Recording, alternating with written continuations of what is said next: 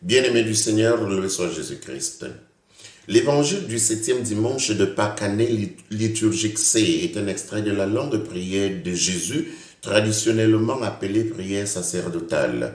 Jésus s'adresse au Père dans une prière à deux temps. Il fait d'abord une rétrospection qui résume son séjour sur la terre. Ensuite, il ouvre une prospective pour un avenir qui n'engage pas que lui, mais surtout ses disciples. C'est cet avenir qui est le principal objet du texte. Que tous soient un. Le terme un, traduit parfois par une seule chose, avait déjà été utilisé par Jésus pour dire son union avec le Père en Jean chapitre 10, verset 30. À partir de l'un constitué du Père et du Fils, l'unité de la communauté des croyants devient communion à Dieu et fidélité au commandement de l'amour réciproque. Autrement dit, l'exhortation à l'amour fraternel est fondée sur l'appartenance à un Dieu, Père de tous. L'impératif que tous soient un formule de façon concentrée le désir constant de Jésus. Ce désir est que se réalise l'œuvre telle que voulue du Père.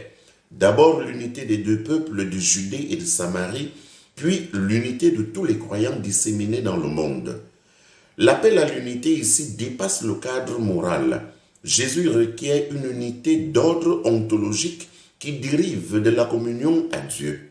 L'unité entre le Père et le Fils est la source permanente de l'unité entre les croyants. Si les croyants sont donc réellement à l'image de Dieu et qu'ils se font reconnaître disciples de Jésus par l'amour réciproque, alors Dieu demeure en eux et leur unité est parfaite.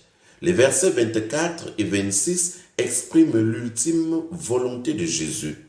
Je veux que là où je suis, ils soient eux aussi avec moi. Que l'amour dont tu m'as aimé soit en eux et que moi aussi je sois en eux. L'avenir post-résurrectionnel du croyant est assuré par une volonté. Et cette volonté est prononcée avec une souveraine autorité dans cette prière. Le contenu de cette volonté est de communiquer aux hommes la vie divine.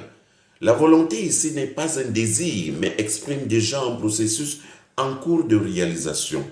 Le Logos de Dieu qui prie est la parole de Dieu qui crée. Elle est performative. Il dit et ce fut fait. Au terme de sa prière, nous remarquons que Jésus reste l'unique lien de communion fraternelle. Que moi aussi je sois en eux, dit-il. Devenant une seule chair avec le Fils, les croyants sont aussi fils de Dieu. Loué soit Jésus-Christ.